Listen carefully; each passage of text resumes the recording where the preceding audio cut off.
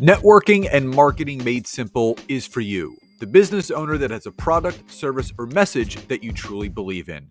My name is Scott Aaron, and each week we'll take a behind the scenes look at real world networking and marketing tactics while leveraging LinkedIn to get what you have in front of many more people.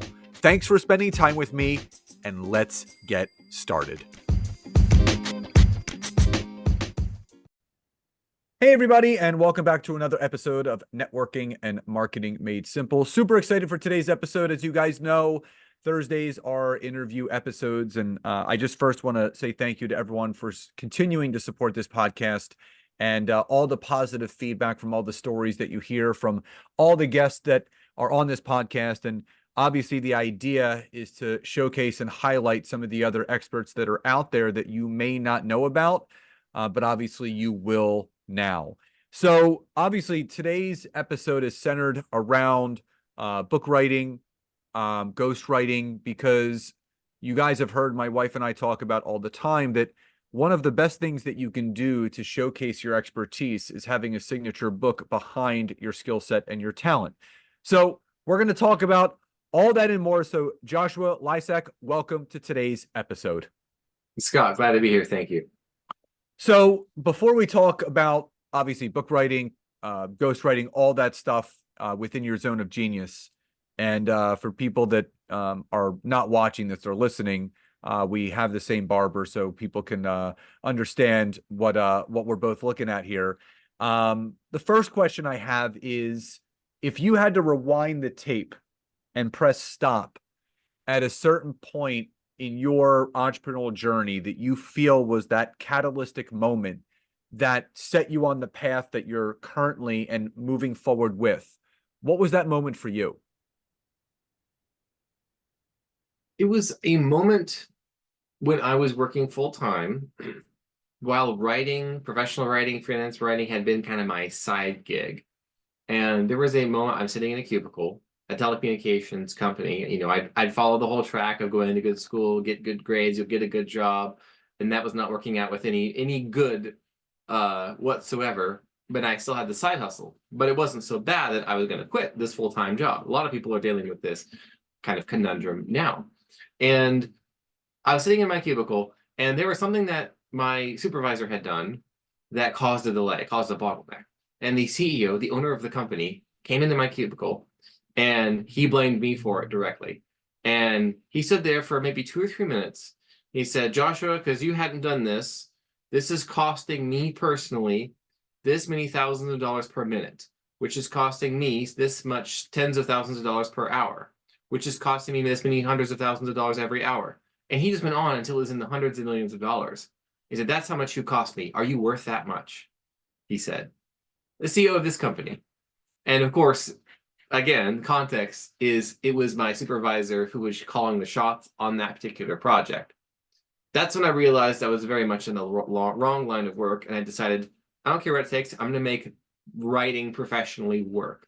This was in 2012. I had been doing freelance writing on the side for about a year and a half at that point. Inconsistent feast or famine income before it was really a thing to turn a side hustle into your full-time gig. But then that moment I decided I don't care what it takes, I'm going to make this work. And it turns out that ghostwriting books has been that thing for me for over the last 12 plus years. That's amazing. So obviously you were doing things on the side and realized that at a certain point, every entrepreneur realizes that they're psychologically unemployable. They really don't want to take orders from other people. They don't want to be devalued, because obviously our self-worth is really important.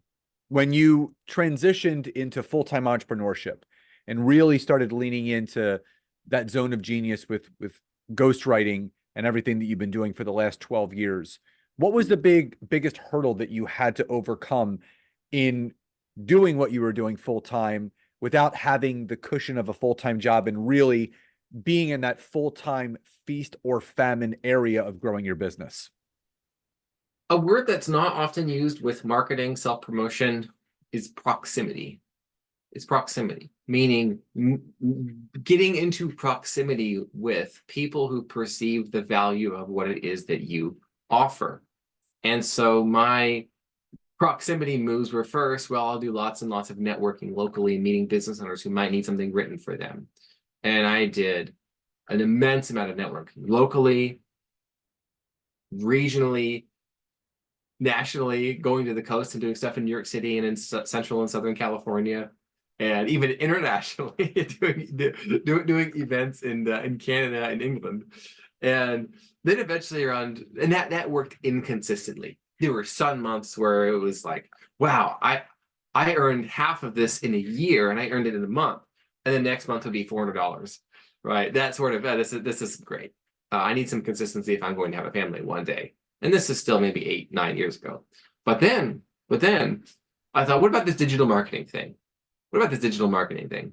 Back when Facebook was all the rage, it was the place where when you thought about digital marketing, it was all Facebook. That was those are the days, right? And I started doing that. I started doing some social stealth selling, getting in the DMs with people in chat that I'd met in various entrepreneurial Facebook groups. One thing led to another. Getting into proximity via the internet was way easier and way more scalable than going and doing stuff locally and in person. It just made sense. Now, this sounds obvious. It wasn't obvious at the time. The proximity move that you ought to do is usually not the obvious one, whether it's online or offline or otherwise. But that's what it was for me. And then all of a sudden, I have 12 people a week I'm talking to who want me to write their book. And I can now get to choose who I work with rather than go begging and pleading. Wow. I mean, proximity is something that people definitely have to look into, to your point. Expanding into the online space it could be overwhelming in the beginning because it's just so vast. But when you move from feast or famine to now having the choice of who I want to work with, that is a very empowering thing. Something that my wife and I always talk about is that, you don't want to work with everyone, nor should you have to work with everyone. You should be able to pick and choose who is a good fit and who's not a good fit. So with that in mind, what did you particularly have to experience in, now having the ability to handpick? If you could look back at maybe a project that you took on from someone when they wanted their book written with your help, and you realized fairly early on, this is not a good fit. This is definitely someone that I don't want to work with. Not this person in particular, but I would say category of person. What was that experience like for you? And how did it help you refine exactly who you did want to work with? Yes, you're right in this sense of polarity, opposites, in that the better you know who you do not want to work with, and the more you could tell that type of person, I can't stand you, I don't want you, go away forever, and do that actively in your marketing, that is in fact an attractor for the type of person that you do want. There's a chapter in my book which is about this exact experience. A woman whom I call, not her name obviously, because of the naming and shaming situation, but we call her Misty. And Misty is the sort of person who believed that she should have a book because she's the type of person who needs a book. She deserved a book. So you can already tell there might be some sense of entitlement here. This is a person who effectively wanted to write early 1990s Tony Robbins era self-help, but with way less interesting stories, more new age, let's say, Chat GPT generated almost, come up with the most Deepak Chopra thing you could possibly can and give me 10 versions of that, and then stick those in a book. And then advice that's just like, it's all mindset, guys. You should just believe you can, and then you can. And 300 pages of that. And that's when I realized that vacuous, let's say, influencers are not my market. Now, I did the project, and of course, our audience loved the book because I fixed it. I effectively wrote up the version of her book that she should have released had she been an expert. She wasn't. And that ultimately revealed to me, and this is many years ago that this happened, even before kids. And it revealed to me rather, that that's what most ghostwriters do when they work with celebrity clients, is the celebrities give them terrible ideas and awful stories, and then the ghostwriter has to make up, well, That's terrible. We can't publish that. What if you said this instead? That makes you look way better. Well, that's not what happened, but I don't care. Okay, let's go with that.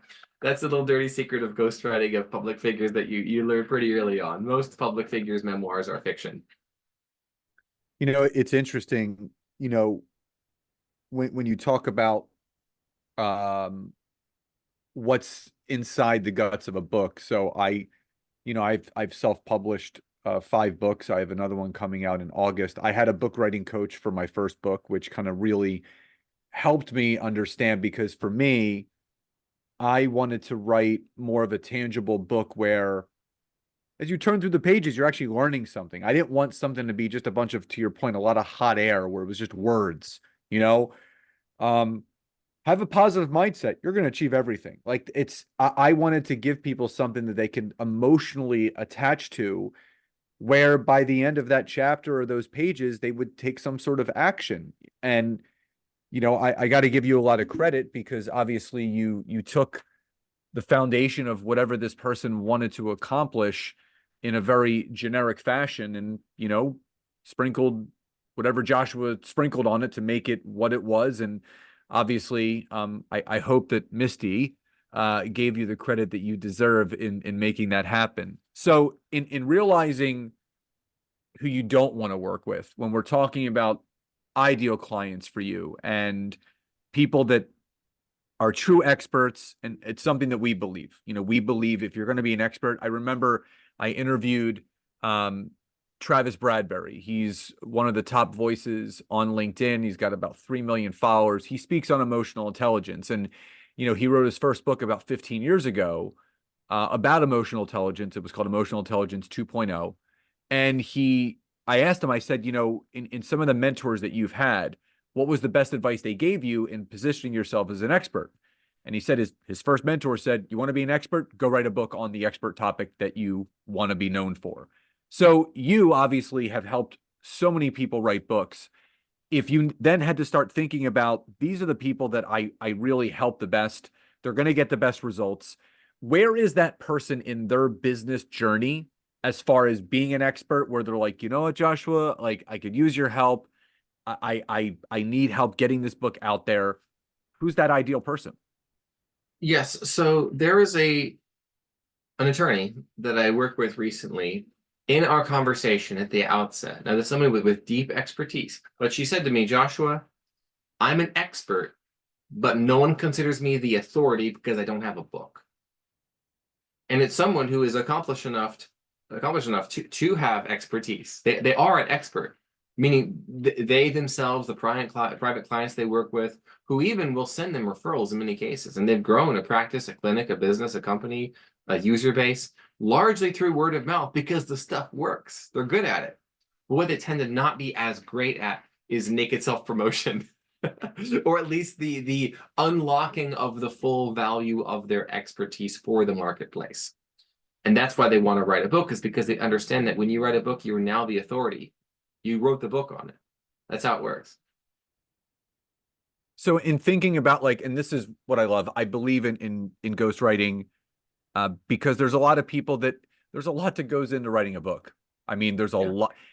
I'm in a very unique situation where my first book, because it's about how to create sales and how to market and brand yourself on LinkedIn. There's a framework to my book, and as the platform advances, I just have to go back and edit and add chapters. And I'm releasing the 3rd volume later this year. But so I'm lucky in that sense that I can go back, edit, republish, release, that kind of thing. So starting from scratch can be pretty daunting. So there's a lot of ghostwriters out there, and there is a need for them. And I love what you're doing. But if someone was to say, Joshua, what really makes you different? What makes you stand out as a ghostwriter with the pool of ghostwriters that are out there? What makes you more qualified and obviously the expert in your space? A few years ago, had a conversation with someone who they wanted to write a series of like thought leadership white papers and articles that they wanted to publish for their website, and they wanted to ultimately repurpose these into a book, which they later would later do. They had found a freelance writer, ghostwriter. The ghostwriter interviewed them. They got back the material from this expert ghostwriter. And they revealed to me, these two founders of this company, they said it took more time to edit what the ghostwriter had sent them than just writing it themselves from scratch. And they said, this is going to work out. And so what they did is like, can you help us? Can you give us a sample? Can you help us find something here? And I said, okay. So I took their material and I said, here's what you need to do. And I explained how to write one of these articles / white papers. And I recorded myself doing it to try to like to teach them the method, because they had a team of writers that were going to hire internally because they needed to create lots of content marketing fast. And I created this masterclass for them on how to do that, how to effectively communicate the essence of the value of their ideas quickly and efficiently, line by line, sentence by sentence. And I recorded myself writing one of these pieces. They got it back to me and they said, Joshua, you found the best way to say it. And I have since trademarked the best way to say it. There is a process, there is a system to transforming your ideas, as loose in the ether as they may be, that which is locked up in here, and unleashing it into the world in the most persuasive way it can. And it has to be done in a certain order, both the process of writing, how you write in terms of a process, and in how you structure it, and the order of things in your material, be it a blog post or be it a book. And that's the best way to say it. And I have 5,140 students who have gone through my best way to say it programs. And it just so happens that my ghostwriting is the done for you version of the best way to say it for books. So this other business over here, the best way to say it, does very well as its own enterprise, as its own IP, and it also has a book and everything else. So you could say I am in fact the living case study that my clients aspire to be. And there's not any other ghostwriter who can say anything like that, I don't believe. So for people that are listening to this podcast that have aspirations and drive to want to write a book, but may want to go down the route of using a ghostwriter, who do you from genre, or I would say profession, is there a best type of person that you serve best with your skill set that you have in ghostwriting? It's going to be somebody who's not afraid to get persuasive. I'm also a trained and certified and licensed clinical hypnotist. And the reason I do that is because that is subliminal persuasion. It's subconscious persuasion. It's a bit like your most favorite powerful spice that you'll add to a food to really give it that flavor. Too much of it is way too much. A little bit of too little of it is bland. And that's how I sprinkle hypnosis into my literary works on behalf of my clients. And they can be physicians, they could be attorneys, they could be creative entrepreneurs, or even SaaS founders. But what I demand is an openness to subliminal persuasion principles employees worked into their material. And not everyone wants that. I mean, I think that's very unique and that's very interesting. I'm glad you shared that, because most ghostwriters, it's to your point, they give you, they interview you, they ask for some bodies of work that you have, and they put something together from there. But the fact that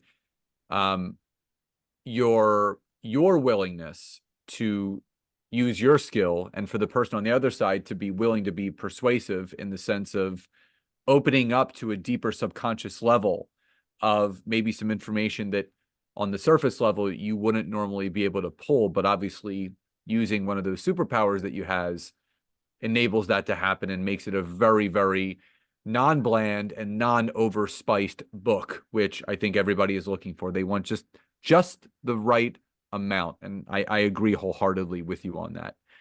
So before we wind down and I get to my final question, if someone is interested in learning more about you and your services and the different ways that you can work with people, tell the audience a little bit about how you help and where's the best way for them to go find out how they can work with you. Yeah, so I have more than 15 different persuasive writing courses, both from the short form to the longer form, whether it's writing persuasive, engaging hypnotic novels, or sprucing up your sales page with some applied hypnosis elements. All that and learning about my actual services and books is at lisecghostwriting.com. Awesome. So final question before we sign off, Joshua, what does success truly mean to you? It means that what you planned to do happened. What you planned to do, what you intended to do, you did. Meaning that success can be a planned event as opposed to let's try a bunch of stuff and see what works. I love it. Yeah, sometimes you can continue to throw spaghetti at the wall, but if it doesn't stick, you got to keep finding out something that does. And I agree. Success is planned. You know, you have your eye on the prize, you have something that one of you do, you got to follow through with it. So just want to thank you for your time today. I know this conversation is going to help a lot of people and definitely persuade them in a positive way that there's a book inside of them, and someone like yourself is the one that can deliver that, obviously, to the masses so it can spread their word, but also position them as the expert in the space that they're in. So thank you again for being here today. My pleasure, Scott. Thank you. So as mentioned, all of Joshua's information will be in the show notes and in the description of this episode. So do not hesitate to reach out to him. Wealth of knowledge, and you'll learn a lot. And honestly, if you're looking to get that ghostwriting aspect of your book handled with care, then do reach out to Joshua. So everyone, please enjoy the rest of your days. Thanks for tuning in, and I'll talk to you next time.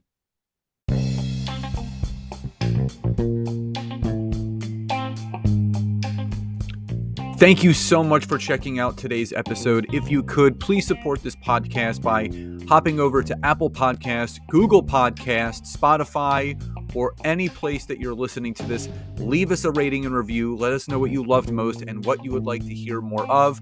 But also, if you would like to learn how to take your business to the next level, whether it's using LinkedIn or working directly with myself and Nancy in our intimate group coaching programs, you can head over to www.thetimetogrow.com or scottaaron.net to learn more. Thank you again for your support, love, and gratitude, and I'll talk to you soon.